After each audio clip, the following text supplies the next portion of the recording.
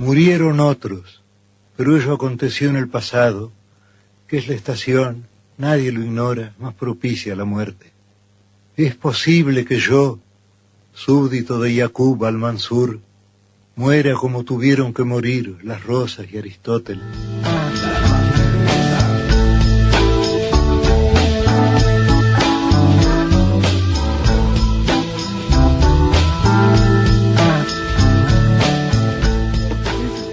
Amigos, bienvenidos a Radio Uruguay 1050M, bienvenidos a La Máquina de Pensar. ¿Cómo les va? Estamos aquí conversando antes de lanzar este programa de La Máquina, dedicado obviamente a Borges. Estábamos escuchando la voz, en voz del propio Borges, lectura de Everness, un poema de este hombre argentino que vaya si escribió y que tiene esa faceta, la faceta poética que no es tan difundida o es tan famosa como lo fueron sus cuentos, sus narraciones, sus ensayos. Quiero decirle, amigos, que en control de emisiones tenemos a Jorge Pozzi y el flaco Germán está ahí piloteando la puesta a punto, la producción. Hispanoamérica, Interpelación a los Fundadores, es uno de los libros que acaba de llegar a la mesa de La Máquina de Pensar. Se trata de un libro, un ensayo de Daniel Mazzone, editado por Ediciones de la Plaza. En algún momento estaremos leyéndolo e invitándolo a Daniel. Por lo que me contó, se trata más que una loa en este momento del Bicentenario, una gran crítica, una interpelación a los fundadores, a los reales fundadores de Hispanoamérica, de las repúblicas de Hispanoamérica. Amigos, quiero dar la bienvenida a un gran amigo de La Máquina de Pensar, un hombre que supo tener su columna ahí, poética. ¿Cómo andás, Luis Bravo? Imagina la voz. Imagina la voz, exactamente. Escuchen esa voz.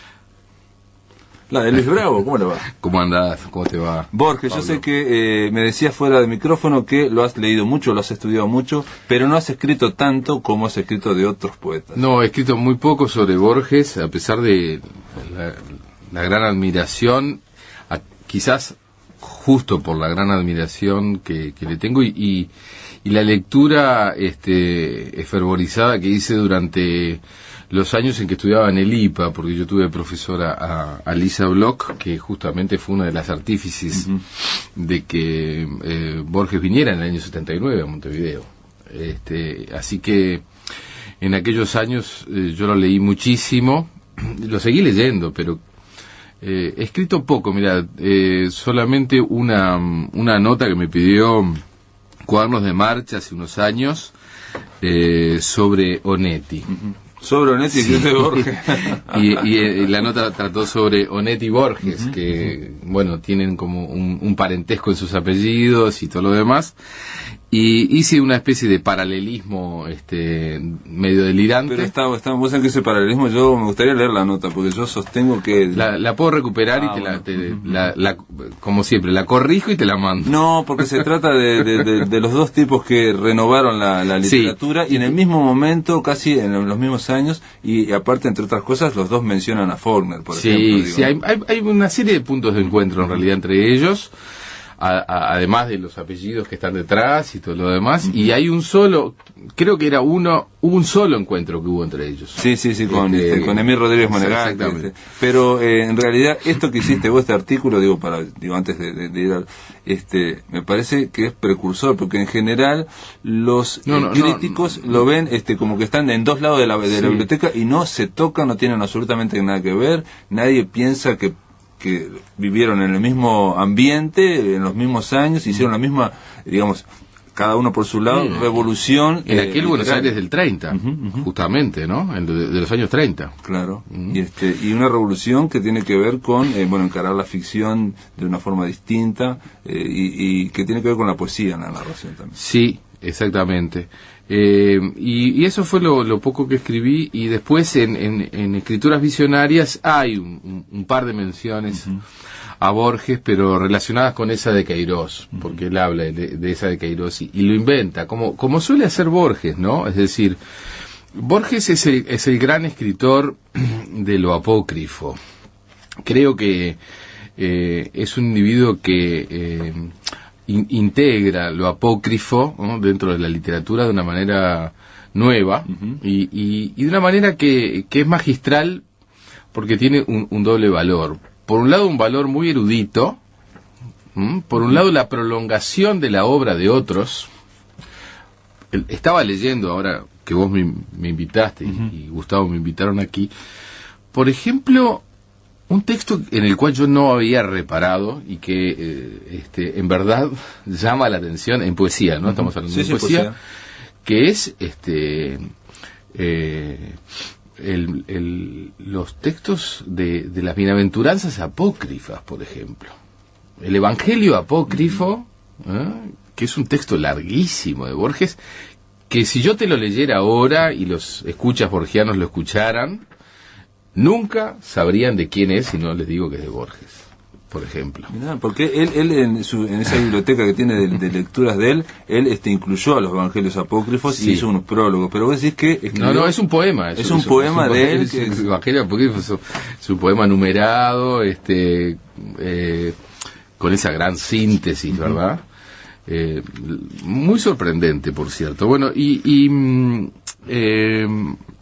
lo apócrifo también tiene que ver con una relectura. Él es el gran escritor de la relectura. Bueno, él defiende la relectura, ¿no? como forma más importante incluso que la escritura. Esto, en verdad, después, rastreando algunos datos, se lo transmitió su padre. Su padre, escritor, poco conocido, Jorge Borges, le planteó desde muy joven que era mucho más importante leer que escribir, y que cuando escribiera dejara, a la manera del viejo consejo horaciano, reposar durante mucho tiempo el texto, y que recién publicara al tiempo, que no se apurara por publicar. Hay una serie de consejos importantes. El lunes pasamos un fragmento de una entrevista que le hiciera Roberto Yenta, le pregunta algo así, un consejo. Escuché. Bueno, entonces dice, lea mucho, escriba mucho, rompa mucho, publique poco y después siga leyendo. Sí, la relectura. Y bueno, lo apócrifo de Borges tiene que ver con sus relecturas. Ahora, lo apócrifo, cuando vos planteás lo apócrifo, ¿y por qué la falsa literatura, digamos, o falsos autores? ¿No? Sí, la falsa literatura de algunos autores, o el proseguir el pensamiento, hablemos de pensamiento en Borges, de algunos autores a su manera, como si fueran de otros autores. Como si fuera el otro, como que si le perteneciera a otro autor y él sigue escribiendo, digamos, en esa misma cuerda. Exactamente. Y ahí hay un cuestionamiento también de la figura del autor, del narrador, ¿no? Él escribe, pero en realidad, o del poeta está escribiendo otro. Digamos. Bueno, él es un maestro en el desdoblamiento del yo, ¿no? O sea, creo que ese es uno de los puntos también más fuertes, y es uno de los que a mí siempre me interesó más. De hecho, estábamos aquí hablando y yo decía, bueno, no sé si es un poema, creo que no es un poema, pero en El Hacedor existe una de las páginas que a mí más me fascinan de Borges. Él le llama una página, por ejemplo, que se llama Borges y yo. Y para mí es uno de los textos en los cuales se ve más claramente trabajo de Borges, que puede hablar de sí mismo, pero que en realidad habla de otro, y que hace lo mismo a la inversa, está hablando de otro y habla de sí mismo. Hay una línea de un poema de Borges que sintetiza esto, dice: mi nombre es alguien y cualquiera. Y en ese sentido, ya en la década del 30, estamos hablando que ya ha publicado 3 libros de poesía y ha roto uno, se ha deshecho de uno, ¿verdad?, de los himnos rojos o los ritmos rojos, de la fase vanguardista que es su prehistoria, y que recién reemerge en el año 93. Bueno, en este sentido del otro, del doble y todo lo demás, de la voz que se desdobla, quiero decir, adelanta una reflexión que encontré el otro día en Octavio Paz, en Los hijos del limo. Fíjate lo que dice Octavio Paz. Dice: el poeta no es el autor de la palabra, sino un momento de convergencia de las distintas voces que confluyen en un texto. Y en tal sentido, todos y nadie son equivalentes. el poeta desaparece detrás de su voz, una voz que es suya, porque es la voz de nadie y es la voz de todos. Y a mí me parece que estas reflexiones que hace Octavio Paz en Los hijos del Limo, casi 30 años después que la escritura de Borges, están hablando muy bien, a Borges, del trazado que Borges vino haciendo, sobre todo en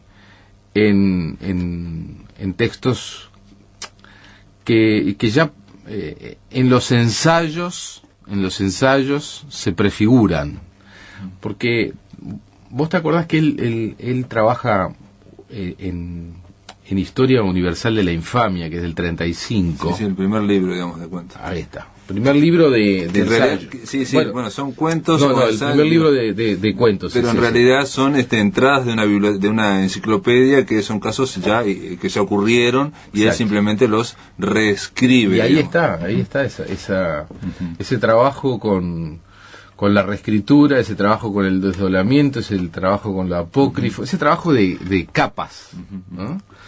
Hay algo como de escritura geológica en Borges, que me parece que además es lo que le da, digamos, una cualidad solitaria en su tiempo. Sí, porque digo, incluso hasta ahora, el tema de alguien se plantea escribir un cuento y todo el mundo quiere hacer un argumento original, y él lo que plantea ya en los 30, digamos, es usar casos históricos, pero reelaborarlos con su estilo, ¿no?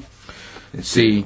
El tema de la autoría ahí queda... Y algo que vos dijiste el otro día, pues estuve escuchando estos días, y es que estamos hablando de un cuentista que intercepta permanentemente la narración con el género ensayístico, claro, ¿no? Que también en ese sentido hay un trabajo, exacto, que a la luz de la teoría de la actualidad es fascinante de analizar, ¿verdad? ¿No?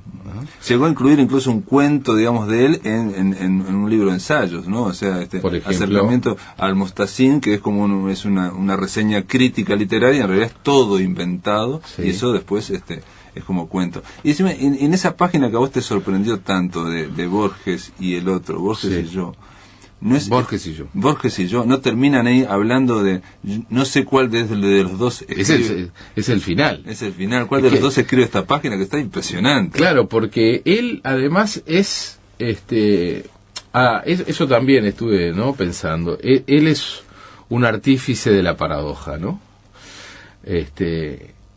Trabaja con la paradoja desde siempre, que es un elemento, digamos, muy barroco, ¿verdad? ¿No? A pesar de que en su evolución de la escritura, él va hacia el poema clásico y hacia un estamento más bien clásico, quiero decir clásico, de exploración exacta de un lenguaje que pretende ser tan universal como personal, en esa definición, ¿no? Igual, en esa tesitura, en su universo, conviven permanentemente los contrarios. Podría decirse que la escritura de Borges es una fusión permanente, una asimilación omnívora, en la que los más diversos rostros de lo literario confluyen en un solo crisol. Es ambivalente, es polivalente y es unívoco. Y ahí está la paradoja, ¿no? Guillermo Sucre, que me parece a mí que es el primero y uno de los más lúcidos críticos del poeta Borges, hasta hoy, dice: Borges puede hablar de sí mismo, puede hablar de otros, eso que ya dije hoy, y siempre está hablando de literatura. La literatura es el gran rostro en el cual se ve el espejo de Borges, digamos, es la escritura que se ve en la escritura, y así permanentemente. Entonces, ese yo que algunos no entendieron en principio, ¿no?, este juego de Borges con Borges, personaje Borges en los cuentos o en los poemas. O que lo vieron como algo muy manierista, como algo, digamos, una forma de llamar la atención o filosofar, digamos. Es una forma de filosofar y es una forma manierista también o barroca, pero es algo que él en realidad admira primero que nadie en Walt Whitman, ¿verdad?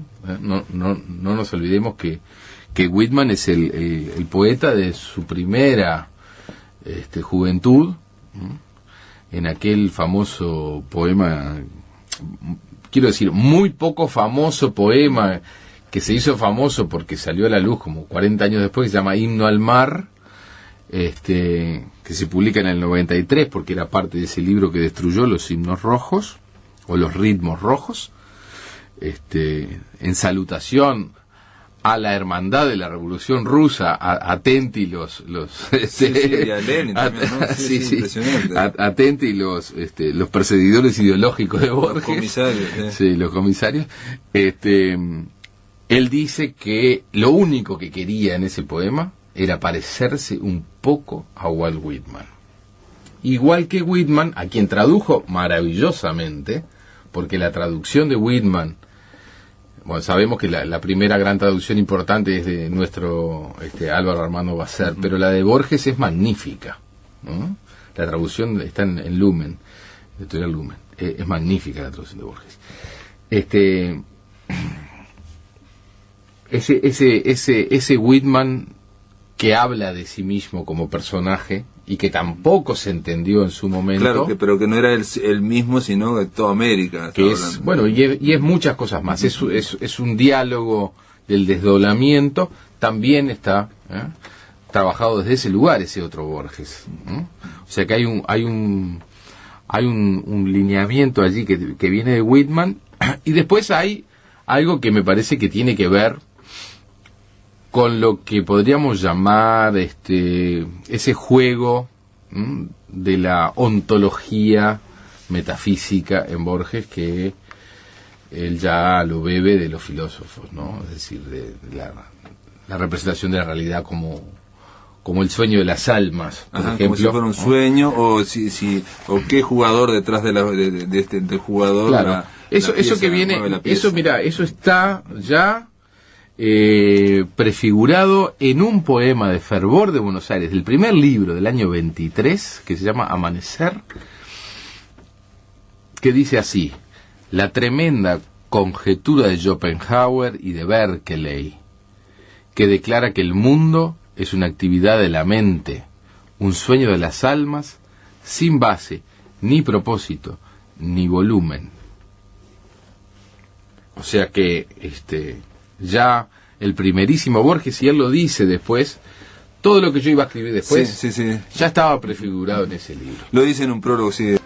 Al otro, a Borges, es a quien le ocurren las cosas. Yo camino por Buenos Aires y me demoro, acaso ya mecánicamente, para mirar el arco de un zaguán y la puerta cancel. De Borges tengo noticias por el correo y veo su nombre en una terna de profesores o en un diccionario biográfico. Me gustan los relojes de arena, los mapas, la tipografía del siglo XVIII, las etimologías, el sabor del café y la prosa de Stevenson. El otro comparte esas preferencias, pero de un modo vanidoso que las convierte en atributos de un actor. Sería exagerado afirmar que nuestra relación es hostil. Yo vivo, yo me dejo vivir, para que Borges pueda tramar su literatura, y esa literatura me justifica. Nada me cuesta confesar que ha logrado ciertas páginas válidas, pero esas páginas no me pueden salvar, quizá porque lo bueno ya no es de nadie, ni siquiera del otro, sino del lenguaje o la tradición.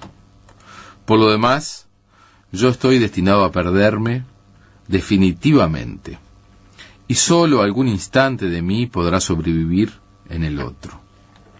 Poco a poco voy cediéndole todo, aunque me consta su perversa costumbre de falsear y magnificar. Spinoza entendió que todas las cosas quieren perseverar en su ser. La piedra eternamente quiere ser piedra y el tigre un tigre. Yo he de quedar en Borges, no en mí, si es que alguien soy, pero me reconozco menos en sus libros que en muchos otros o que en el laborioso rasgueo de una guitarra. Hace años, yo traté de librarme de él y pasé de las mitologías del arrabal a los juegos con el tiempo y con lo infinito. Pero esos juegos son de Borges ahora, y tendré que idear otras cosas. Así mi vida es una fuga, y todo lo pierdo, y todo desde el olvido, o del otro. No sé cuál de los dos escribe esta página. Ahí es lo mismo, ¿no? O sea, el tema del desdoblamiento y el tema también de la variación de la obra. Él fue escapando, variando su obra. Él dice que bueno, que el otro Borges lo iba tomando. Ese otro yo que escribe, ¿no? Y el tema de salir del tiempo, esa ilusión que tienen todos los hombres de salir del tiempo en algún momento. Él dice que lo experimentó 2 veces en su vida nada más. Te pregunto, Luis, ¿es otra forma también de salir del yo? O sea, de ir a un yo plural. Él me parece que trabaja el tiempo desde 2 lugares que hasta que aparece él en el concierto hispanoamericano se habían visto como opuestos. Borges es, por un lado, el poeta del tiempo circular, algunos dicen incluso del eterno retorno, ahí está toda su parte mítica, pero por otro lado, es el poeta de la historia. Es decir, hay 2 sentidos de la historia en Borges. Uno es el de la intrahistoria, que cuenta incluso con la mitologización de personas concretas, Francisco Laprida, por ejemplo, o de sus propios antepasados, Isidoro Acevedo, o su otro abuelo Borges, que están insertos, digamos, en el friso de la historia argentina. Pero también es el poeta de una imposible historia universal. Esa imposible historia universal que es la que él va tejiendo y haciendo propia con el pensamiento de otros, escritores y filósofos sobre todo, pero también amigos, también amigos cercanos, entre ellos Macedonio Fernández. Quizás una historia que está basada, un concepto de historia que está basado en lo que él mismo dice en ese texto magnífico de Otras Inquisiciones, que es la esfera de Pascal, cuando dice: quizá la historia universal es la historia de unas cuantas metáforas. Y ahí reúne, como reunió Homero, digamos, historia y mito. Hay algo de historia y mito, de eterno retorno y de historia local, en Borges, que es único y que tiene que ver con Homero. Tiene que ver con Homero en muchos aspectos. Él indudablemente es un admirador de Homero, lo dice en muchos poemas, lo representa, pero tiene que ver con algo más que Borges siempre echó de menos, digamos, en la expresión inglesa, ¿no? Ya que leía tanto en inglés y era como su segunda lengua, que fue el tener que reconocer la imposibilidad de que ya no era factible escribir una epopeya. Ese es uno de los puntos que él trabaja permanentemente, no por casualidad.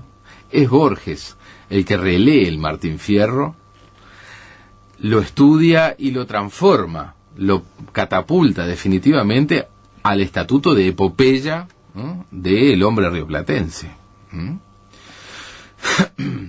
Yo pienso que Borges hubiera querido escribir una epopeya, que ese podría ser un elemento. Y bueno, está el coraje, ¿no? La idea de escribir sobre el coraje. Y ahí está, el tema del coraje es permanente en muchos personajes, y en muchos personajes que comparten además su cuentística y su poética, ¿no? De hecho, lo que comparten algunos personajes, como por ejemplo Cruz, en la muerte de Isidoro Tadeo Cruz, que recrea, digamos, el personaje de Hernández, de Martín Fierro, o el personaje de La Otra Muerte, del Damiani, o por supuesto el Dalman, del Sur, que es el más... Sí, después está el más autobiográfico, el traidor y del héroe, o La Forma de la Espada, donde el héroe y el traidor pueden ser el mismo, ¿no? Claro, pero en esto que yo te estaba nombrando, como en estos tres cuentos, que son el Sur, Muerte de Isidoro Tadeo Cruz, biografía de Isidoro Tadeo Cruz, Tadeo Cruz y La Otra Muerte, hay algo que se vincula directamente con poema conjetural, de Laprida, por ejemplo, o incluso con el más antiguo de todos estos, que es el poema a su abuelo Isidoro Acevedo, que es en todos estos aparece el tópico de lo que, no sé si lo leí o lo inventé, de lo que es la muerte corregida. La muerte corregida. Todos estos, en el momento de morir, estos personajes, ¿no? O de enfrentarse definitivamente a ese instante en el cual, dice Borges, se revela el destino de un hombre. Sí, donde un hombre sabe realmente qué es. Exactamente. Optan por una muerte, a la que imaginan, a la que sueñan, ¿no? En el caso de Dalman es el más claro, pero Laprida tiene que reconocer que lo van a matar y que él dice, pero yo no puedo morir así, hasta que dice, bueno, me reencuentro con mi identidad sudamericana. El destino sudamericano. Y lo celebra, porque tiene que resignarse a eso. Pero Dalman no, Dalman viaja hacia el sur y quiere morir en una lucha a cuchillo a cielo abierto, igual que su abuelo Flores, y no que su abuelo Dalman, el alemán. Entonces, este tema engloba muchas cosas, engloba el tiempo circular, engloba el tema de la identidad profunda, o las disquisiciones de la identidad profunda, engloba el tema del sueño de Berkeley, es decir, de que en realidad la realidad es una representación. Sí, la vida es sueño, ¿no? Sí. El sueño de las almas. En fin, el sujeto, ese sujeto que elige, ¿no? Definitivamente un destino, a pesar de que puede estar físicamente muriendo en cualquier otro lado. Y la reafirmación de Borges de que ese valor de la imaginación es tan real como el de la realidad física, ¿no? Es un elemento que hace a su cuentística fantástica, ¿verdad? Es uno de los elementos más característicos de la fantástica de Borges, que para él no es nada fantástica. Y en la poesía está también. Y por eso el poema conjetural está claro. Sí. Y repasando así lo encontré en el poema de su abuelo, el poema de su abuelo de Acevedo, Isidoro Acevedo, que es magnífico en ese sentido. Lo voy a citar y nos vamos, ¿no? Nos vamos, ya llegó la hora. O el minuto. Es un poema irregular, pero tiene ese planteo. Dice, hizo una leva última, congregó los miles de rostros que el hombre sabe sin saber después de los años, caras de barbas que se están desvaneciendo en daguerrotipos, caras que vivieron junto a la suya, en Puente Alsina y en Cepeda. Isidoro Acevedo entró a saco en sus días para esa visionaria, mirá que aparece la palabra patriada, que necesitaba su fe, que una flaqueza le impuso, junto a un ejército de sombras porteñas para que lo mataran. Y así, en el dormitorio que miraba al jardín, murió en un sueño por la patria. Muchas gracias, Luis Bravo. Muchas gracias a ti. En el aire de Radio Uruguay, La Máquina de Pensar.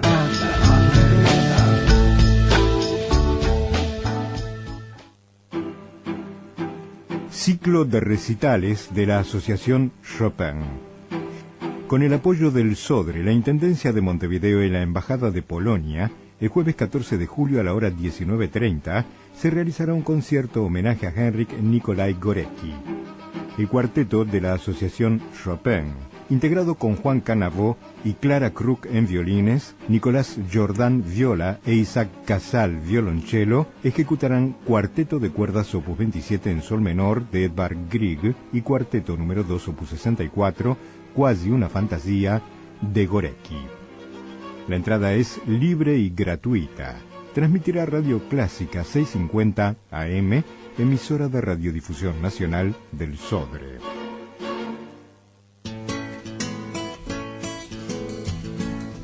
Mañana, de 8 a 10... El corredor de las rutas 21 y 24 en el litoral, una nueva cárcel en la zona metropolitana, un hospital en Colonia. Una vez aprobado el proyecto de ley de participación público-privada, ¿qué se viene en materia de infraestructura? Nos acompaña el presidente de la Corporación Nacional para el Desarrollo, el economista Luis Porto. 1050 AM. Un acuerdo que tiene larga data, pero no se concreta. Paraguay acordó vender energía a nuestro país, pero en el medio está Argentina. Los entretelones de una negociación que no termina de concretar. De 8 a 10. Triple interpelación por la minera Aratirí. Una guía para decodificar la polémica. Las distintas opiniones sobre el mayor proyecto de inversión en el país.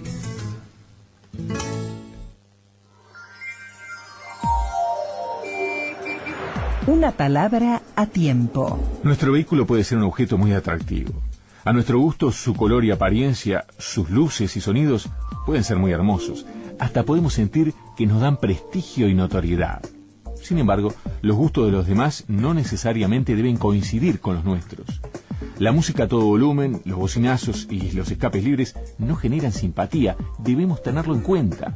Molestar a otros no tiene nada que ver con sostener nuestros gustos y costumbres. Simplemente es necesario tener buena voluntad, respetar para que nos respeten. Este es un aporte de la Unidad Nacional de Seguridad Vial, UNASEV, y la Radiodifusión Nacional del Sodre para una sociedad más responsable, armónica y segura.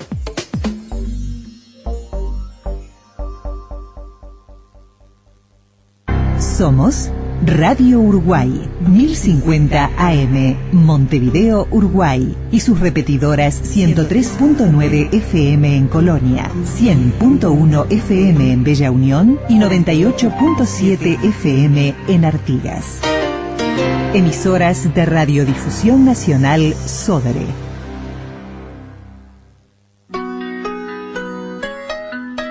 Para comunicarte con la máquina, envía un SMS al 099 780066 o un correo electrónico a lamaquinadepensar@adinet.com.uy. Si querés volver a escuchar charlas, entrevistas o columnas, ingresa a piensamáquina.blogspot.com y bienvenido al corazón de las palabras.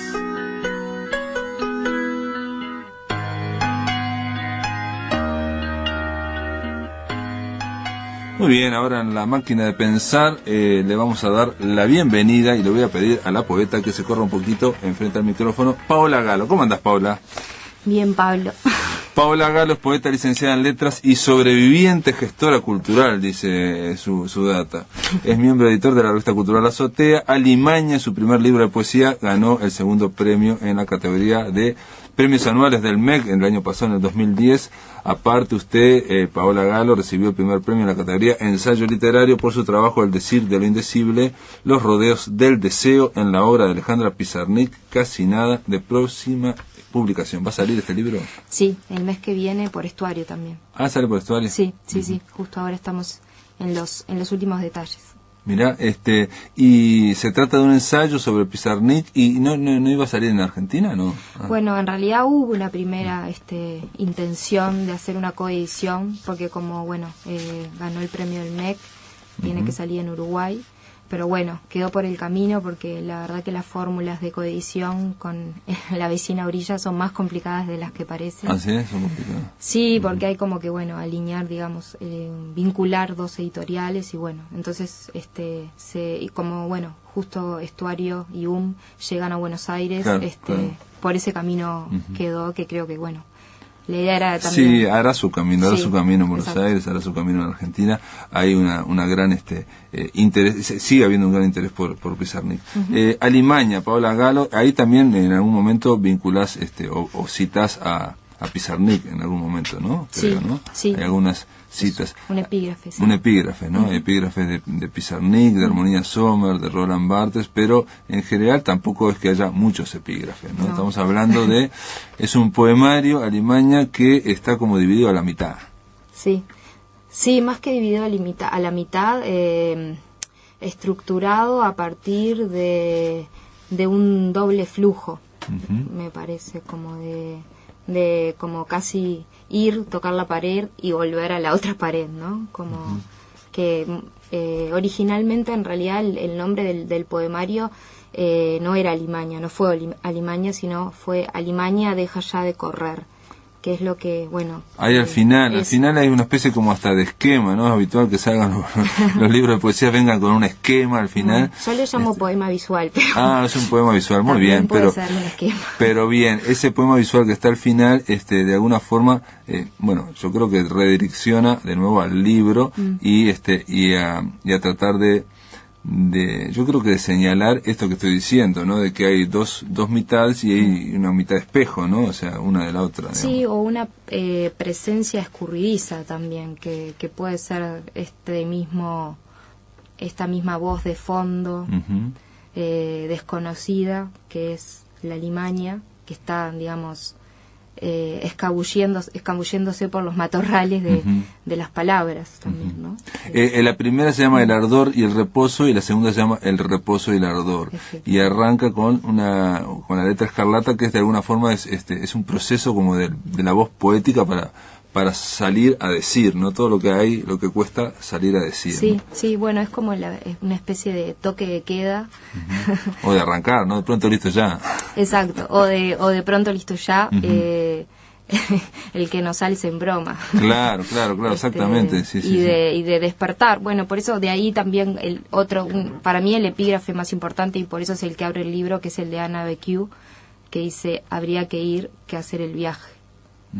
Anna Becue, que no la conozco. Una poeta argentina. De hecho, Anna Becue fue la encargada en realidad de hacer la edición de la poesía completa de Alejandra Pizarnik, la que está editada por Lumen. Es una poeta y crítica argentina que fue una de las pioneras en dar a luz la obra de Pizarnik, ¿no? Y en tu caso, Alimaña, por lo que yo me parecía, ¿Me vas a preguntar qué es Alimaña? Te iba a decir, es la voz poética, pero que va tratando de buscar. Alimaña es como si fuera un bichito que se va corriendo del lugar. Sí, esa puede ser una interpretación posible. Tu interpretación. Sí, bueno, mi interpretación. Pero este libro no trae con interpretaciones al final. Yo pensé que no. Sí, eso pasa con todos los libros de poesía. Sí, bueno, me han hecho ese comentario también, que roza un poco lo hermético. Yo no diría que roza lo hermético. Yo digo que va directamente así, ¿no? O sea, frontalmente hacia lo hermético. Está bien, se da de frente con la pared de lo hermético. No, lo fundamental yo creo que en propuestas como la tuya, que también me hizo acordar, o vi una afinidad con la poesía de Laura Alonso, no sé por qué, pero digo, vi algo, ¿no? Sí, bueno, de hecho Laura fue uno de los miembros del jurado que le dio el premio al libro. Que decía que el planteo hermético, la propuesta hermética lo que tiene es que te tiene que enganchar de alguna forma para que uno la vuelva a revisitar y vuelva a releerlo, ¿no? Entonces ahí uno empieza a encontrar, por ejemplo, mira, esta Alimaña se está moviendo para acá. A ver, ¿no? ¿Cómo es decir, el tema de engancharte, que el libro, al volverlo a leer, va perdiendo su hermetismo, digamos, ¿no? O el lector se va haciendo una cierta película. Sí, pero que creo que, bueno, por lo menos para mí esa es la consigna de lo poético, ¿no? O sea, es un acceso a un lenguaje que está cifrado, que genera empatía, y desde ese encuentro del deseo del autor y del deseo del lector, hay ahí una fusión, claro. ¿no? Un espacio de encuentro en donde uno se resignifica también en la lectura, no sé, bueno, capta el sentido, no sé. Sí, o llega, como decía Luis Bravo, a otros niveles también, ¿no? Llega a otros niveles que no necesariamente tengan que ver con la conciencia, ¿no? Exacto. Sino que te suena. Por ejemplo, aquí, y digo yo, voy a leer un cachito, o te tenía que dar a usted que lo lea, porque usted es la poeta. Usted es el conductor. La ola, dice, no, porque creo que de alguna forma es no sé si una clave, pero es una declaración de principios. Quiero decir lo que nunca tendrá palabras. Y siempre en otra escena, siempre es en otra escena. El reflujo de lo indecible persigue un silencio invicto. Entre la espina y la intemperie a cuestas, explica el Darno por Montevideo y su amargo mar. Entre la espina y la intemperie a cuestas creo como que también define, digamos, el libro, ¿no? Exacto, sí, podría ser una definición posible también. Sí. Bueno. Es escurridizo todo, es muy escurridizo, la Alimaña se mueve que es un infierno. A los 40 por ciudades ajenas, aparte se va la cuestión del tiempo, ¿no? Yo me parecía como que iba más adelante, ¿no? A la poeta, a los 40 por ciudades ajenas, quizá ensimismada en la trampa de la escritura, quizás corpulenta y contemplativa con lentes, buscando mejores imágenes, más simples, más ambiguamente esquivas, para decir lo mismo, y desde lejos, siempre más lejos y mejor dicho. Como que ese es el planteo también de todo el libro, ¿no? Sí, volver a decir, o sea... Lo mismo y mejor dicho. Sí, tiene una conexión también muy íntima con también el ensayo, obviamente, de Pizarnik, porque yo creo que ahí, digamos, desde lo teórico me acerco a lo que intuyo desde lo poético, que es ese fondo de indecibilidad inaccesible que uno rodea todo el tiempo con la escritura, ¿no?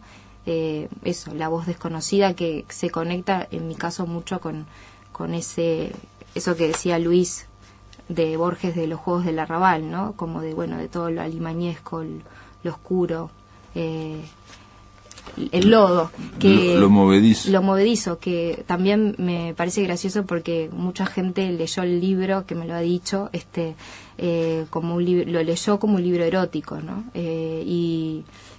Y también creo que eso está presente porque es como la contracara también como de esta presencia orgánica, revulsiva, también atractiva, fascinante, que creo que también representa la Alimaña en el libro, ¿no? Como una presencia orgánica. Una presencia orgánica, y hay también una cuestión bastante erótica, cuando incluso se habla de no sé si de la alimaña o de algo donde se va a bajar el cierre y va a bajar la piel de gallina. Sí, son imágenes sensoriales muy sensuales, digamos. Sí, ¿no? También. Sensuales, ¿no? Sí, hay más una conexión, con el placer, seguro, que está presente, que hay como una analogía muy fomentada y fermentada de la escritura con la sexualidad, ¿no? También con el cuerpo, el texto como el cuerpo propio o al revés, o sea, hay como una conexión ahí. De todas formas siempre hay una voz poética que va como saltando, por eso en un momento va persiguiendo a la Alimaña y en otro momento parece que fuera la propia Alimaña la que va, es una voz poética que va saltando de aquí para allá y parece que en un momento está hablando de los recuerdos y en otro momento está hablando de otra cosa, el futuro, en fin. Sí, lo importante es no dejar atraparse. No dejar atraparse. Por eso usted en el poema visual le puso Alimaña, deja ya de correr, le puso un montón de violines para que no se escape ese, ¿no? Porque... Sí, exacto, es un intento de fijar. Paola Galo, te tengo que dar las gracias por estar aquí porque tengo en línea a otra poeta, hoy ha sido Día de Poetas. Bueno. ¿Cómo andás, Melba Guariglia? Muy bien, Pablo, muy bien. ¿Y ustedes están bien? Estamos aquí hablando de poesía, hoy hablamos 2 bloques de Borges, hablamos de Alimaña de Paola Galo y la llamamos a Melba Isabela Guariglia para hablar de la furia del alfabeto, descuentos. ¿Qué es eso? Bueno, eso es una nueva incursión mía, por lo menos aquí en Montevideo, de una serie de cuentos o descuentos, como de alguna manera les llamo, que es un libro que reúne una serie de textos que yo escribí hace mucho tiempo. En prosa es narrativa. En prosa es narrativa, y que son realmente textos viejos, teniendo en cuenta los años en que fueron escritos, y que algunos de ellos incluso son de mis primeros cuentos escritos a lo largo de toda mi carrera literaria, si así se puede llamar a esta Melba, forma de correr. De salir corriendo. Melba, ¿vos hiciste un taller con Monterroso? ¿Hay alguno de estos cuentos ahí? No, ¿estuviste? No. Sí, exactamente, pero no fue exactamente con Monterroso con quien hice el taller. Lo hice con el maestro Orlando Ortiz y en el taller de Orlando Ortiz recibimos en varias oportunidades la visita de Monterroso, con quien tuve el gusto de conversar, de compartir textos, incluso con Efraín Huerta, al cual dentro de este libro le dedico uno de los cuentos que él mismo leyó y sonrió al leerlo, porque muchos de estos textos tienen como una especie de humor, extraño, humor absurdo, o un tipo de humor que siempre deseé hacer como una poesía del humor en momentos muy difíciles en los cuales reírse también podría significar un problema, ¿no? O por lo menos una forma de resistencia también, ¿no? Sí, también, y una estrategia de sobrevivencia para poder mantenernos en ese resistir que es el lenguaje también. Melba, una pregunta. ¿Vos hasta ahora habías editado solo poesía o también ya habías incursionado en la narrativa? ¿Ya habías hecho narrativa? En México publiqué algunos libros colectivos, algunos de taller y otros no de taller, pero siempre colectivos. En lo personal solo había publicado narrativa en revistas y en suplementos, y algunos también salieron en algunos suplementos literarios y culturales de aquí, pero en realidad libro es el primero, el primer libro de narrativa personal. Muy bien, La Furia del Alfabeto se va a presentar mañana, jueves 14 a las 19 horas, se va a presentar temprano ahí en la Casa de los Escritores del Uruguay, Mercado de la Abundancia y San José y Aquiles Lanza o Yaguarón. Decime, la presenta Dina Díaz y lo presenta Teresa Porcakansky, ¿no? Ahí está, Teresa y Dina. ¿Y puede ir cualquiera? Acompañar. Por supuesto que es entrada libre y puede llegar cualquiera. Bueno, muy bien. Espero que de alguna manera nos acompañen y también se diviertan un poco. Bueno, te mando un abrazo y suerte con la presentación, ¿eh? Bueno, muchas gracias Pablo y gracias a todos ahí, a los compañeros de